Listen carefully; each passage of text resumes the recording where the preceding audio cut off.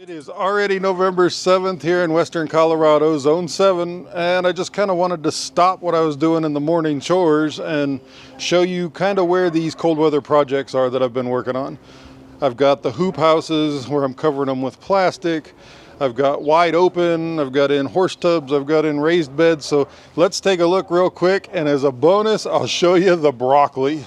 I really just wanted to get you in a position to where you could see this really cool cauliflower.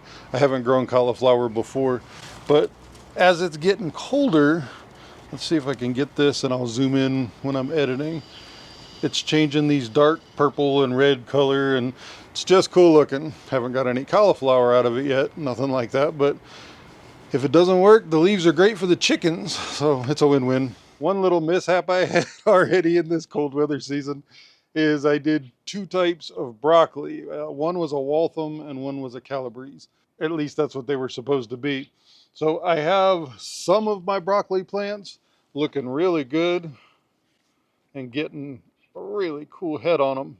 And then I don't know which one is which, so we'll just call it the other one is bolting. So these are going for the chicken in their salads in the morning. I even already had to hack the head off of this one. It was huge, but the head wasn't tight. It was really sprawling out, and it was definitely bolting. It was starting to flower.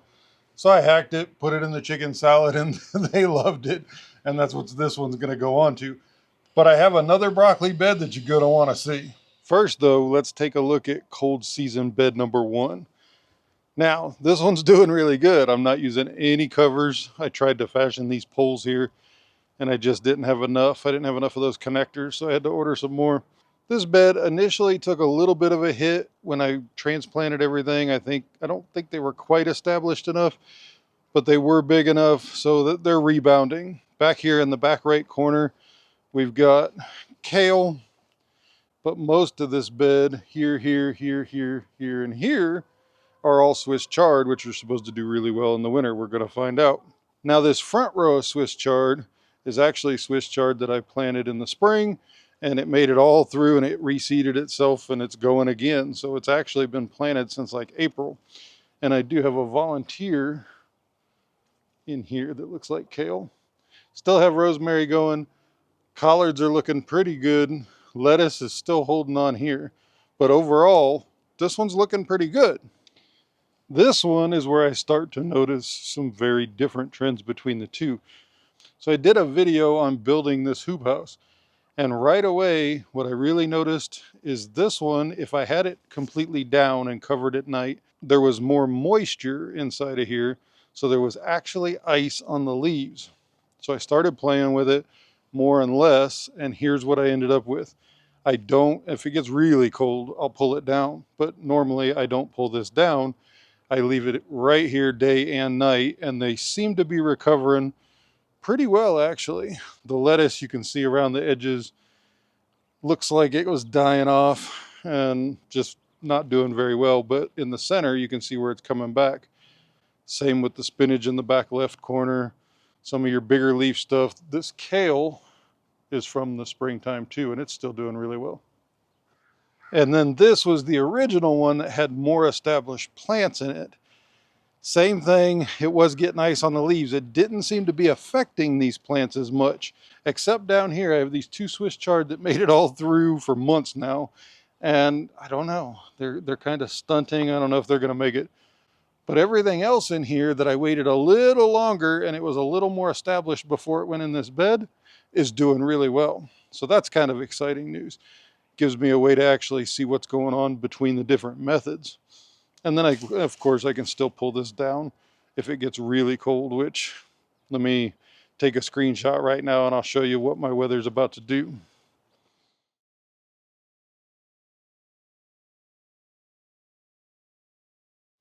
You know what? We're on this side of the house.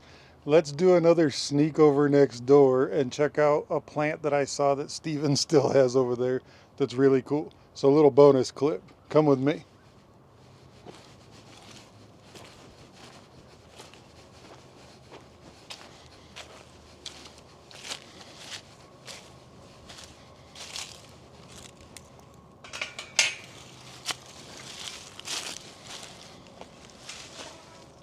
The leaves are gorgeous this time of year.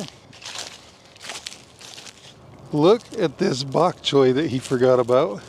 It's in a 3-gallon pot and it just looks amazing. Look at the size of the leaves and they're thick.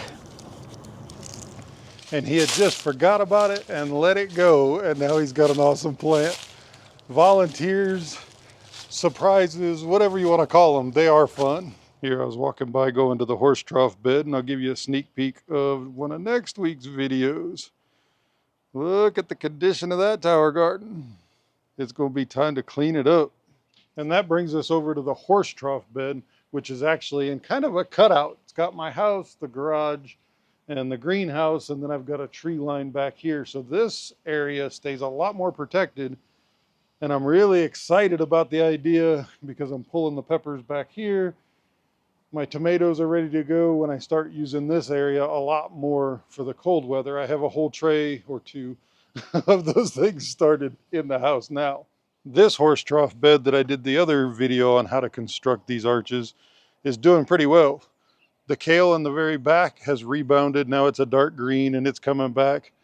The one up front next to it, it's starting to. You can see the dark green. Lettuce is doing fine. Collards are doing great, which I hear collards can withstand unbelievable temperatures. But again, the halfway point seems to be a whole lot better with these. If I pull it down, I don't like what it gets on the leaves with the ice. It just freaks me out. So leaving it at the halfway point until we hit some really cold temps. Pleasantly surprised with this one. It was kind of my afterthought. It was the plants that were left. I plopped them in. We've got a Swiss chard, a spinach, and a bok choy. And they're doing really well. No cover, no nothing. I'm just leaving them alone and watering them. And then back over at the workstation, the reapers that we did the video on harvesting, and I left some on there, are doing awesome. If you look, we got a whole new flush of reapers on there. Down here, we've got cold weather crops in 10-gallon pots that I had over by the chickens. This morning I decided stick them up on the wagon and we'll start moving them in and out of the greenhouse too, because I think they'll benefit from keeping the weather off of them. And I have the room and I want to pack that greenhouse. And then there's the broccoli I said you're going to want to see. This horse trough bed of broccoli is doing really well. It was actually the smaller, planted I think a little bit later than the big bed I showed you in the beginning. But this one's heading up really good, even though I had the mishap with not knowing which one is which. The leaves are super thick and healthy. It's getting that purple twinge with the cold weather too. So if you've been following this channel, you know this is my first year actually focusing on cool weather or cold weather growing. So I'm bringing you on the ride right along with me so you can learn from my mistakes. It really is looking good though. I'm enjoying growing the broccoli in the fall time, because it is a pain to grow here in the springtime. This one's actually one of them, I think, that's stretching. So you can see it's not going to flower yet, but I think it's gonna. And we got a bunch of heads, which I think I had to cut the head off of that one. We got a bunch of heads coming out back there, little sprout type heads that chickens are gonna love. But I'm gonna stand firm that the cauliflower looks the coolest. I love these colors in this cauliflower. The leaves are huge. So eventually the chickens are going to really enjoy that. And it just looks really healthy, even though we have nothing growing in there. And sometimes I look at it and wonder if it's even cauliflower, because I haven't grown cauliflower before. And those leaves seem like something off of a leafy green that I've seen before. But like I said, I don't have a lot of experience with cool weather or colder weather growing, and my spring is really hard to grow the leafy greens here because of our temperature changes. Overall, I gotta say I'm enjoying growing in the cool weather. It's a lot nicer to be out here when it's cold for one, especially for a big guy like me. But everything, all the leafy greens just seem to look healthier if you can keep them growing. So learning curve for me, learning curve for you, hopefully. Let me know what your thoughts are, and remember, you don't have to be a prepper to be prepared, and I'll see you on the next one.